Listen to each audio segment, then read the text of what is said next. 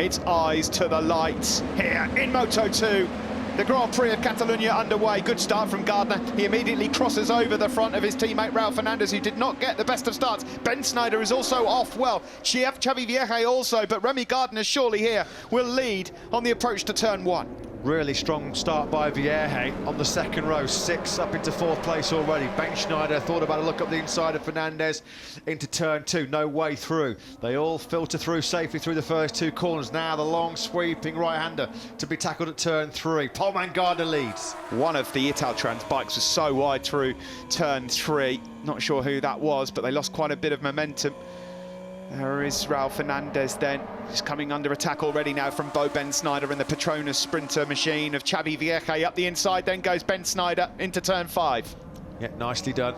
Aaron Canet a bit further back, trying to find a way through under Gian Antonio into turn 5. A couple of big former Moto3 foes. I think Canet did make it through.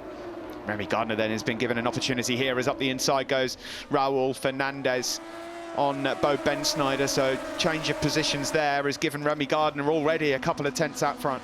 Yeah, the early dicing, clear daylight already then between Gardner and the chasing pack. It's up to nearly half a second as they dive into turn 10 for the first time.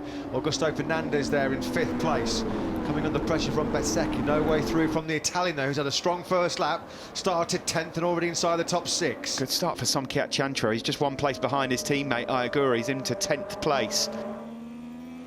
Ben Snyder, Pertamina Mandalika SAG team rider, who was World Supersport bound until the late deal with the SAG team came along. He's showing why he belongs in this Moto2 World Championship. Here comes Bezzecchi up the inside then on the slipstream of Augusto Fernandez. He moves up into 5th place. Yeah, the top 7, Canet, they've just put a bit of distance between Iagura in 8th. He's got the Gian Antonio and Arbolino for company. Sam Lowe's just at the back of that 3rd pack, I guess you could say, in 12th. He's not made any progress from the first lap right now, the Brit. Where has Aaron Canet gone? He's gone down. That's where he's gone. He's crashed at turn 5. The tight left-hander. Well, you'd imagine it's a front-end washout. And not for the first time this season we've been able to use that phrase in association with Aaron Canet. We mentioned it before the race. Really, really struggling to find any kind of confidence-inspiring feeling on this year's Boscoscura chassis, and he's down and out very early on. I think had a good early exchange and battle with Augusto Fernandez. Just exceeding track limits slightly there was Raul Fernandez on the fast right-handers on the approach to the start-finish straight as we go across the line. Again, a 10th quicker than Remy Gardner. Further back, also going very fast now. Finally, Sam Lowe's has got into the low 1:44s, but is it all too late? From 9th now he is, of course, after that crash for Aaron Canet. There he is, just going through, in fact, up into 8th. He's gone through on Fabio Di Gianantonio, so starting to find some rhythm now. Yeah, 1.4 seconds adrift of Iagura. He's got plenty of time to reel in the Japanese man. We're only on laps 8 of 22.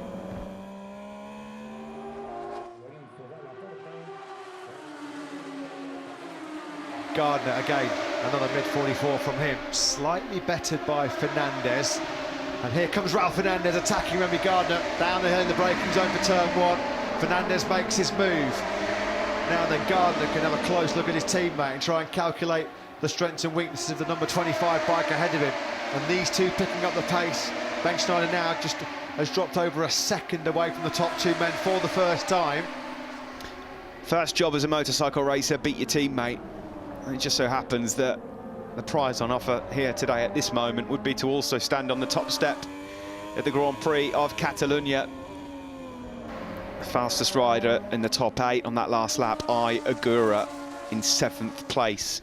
The Idemitsu Honda Team Asia rider. Yeah, he's stuck in a Mark VDS sandwich at the moment, isn't he? He can get to within a couple of tenths of Augusto Fernandez, and that's it. So you've got to give credit to Fernandez for keeping the Japanese man at bay. He himself is having to dig deep for mid-144s to fend off Agura. Simon, your thoughts so far? Yeah, just watching Remy behind Raul now, and when he did get picked off by Raul, you look, if you're leading, it is harder, and everyone knows that, harder concentration-wise, but it's also, it feels like 2 or 3 tenths easier when you're behind. Like there's the wind that stops, it's not as hard to fight the bike, the tyres work a little bit easier, it's a little bit less physical, and if you can't pull away, why not sit behind and use a little bit less energy, a little bit less tyres, and more prepared for the fight at the end. Yeah, thanks very much, Simon. You just wonder, don't you, whether that is going to be that key experience element from Remy Gardner. Let Raul Fernandez do all the work out front and pick him off when the time's right, because at the moment Raul Fernandez, despite leading, he cannot shake off Remy Gardner. Here comes Xavi Vierge then up the inside of Bo Ben Snyder, and he moves up into 3rd place. A pair of them are being caught by number 72, Marco Bezzecchi, who smells the 4th consecutive podium in Moto2. Remy Gardner looks pretty comfortable right now behind Raul Fernandez, doesn't he? Is he going to try and make the move now with 3 laps to go in the slipstream of the number 25? Perfect in the slipstream. Can he make the move on the inside? No. Perfectly happy. Well, he's going through. Oh, the element of surprise. He had to actually do that, because I think he was going to run into the back of Raul Fernandez. He decided in the end, I'll just chuck it up the inside and hope it sticks. It did. And a shout out to Somkiet Chantra as well, 9th at the moment for the Thai rider. Great result there coming for him. Just half a lap then remaining for Remy Gardner. I think that would equal Chantra's best ever result, I think, in Grand Prix racing. He was 9th on his debut in Buriram Moto3. So excellent job by the Idemitsu Honda Team Asia man. So just a few corners left. Remy Gardner with a MotoGP contract in his back pocket. A fantastic season so far. Second, 3rd, 4th, 2nd, 1st, and another 1st coming. It's been a magnificent 7 days. 2 wins and a MotoGP contract. Life will not get any better. A cut above the rest. Remy Gardner storms to victory here in Barcelona. He is number 1 in the garage, in the championship. Great ride still from Raul Fernandez. It's a 1-2 for Aki Ajo. And Xavi Vierge as well is back on the podium, and here in Catalonia as well, and the team celebrate, and rightly so. It's their first ever Moto2 podium. But Jose Manuel Franco, the Secretary of State for Sport here in Catalonia, has the privilege and pleasure of handing over the race-winning trophy to the man of the moment in Moto2.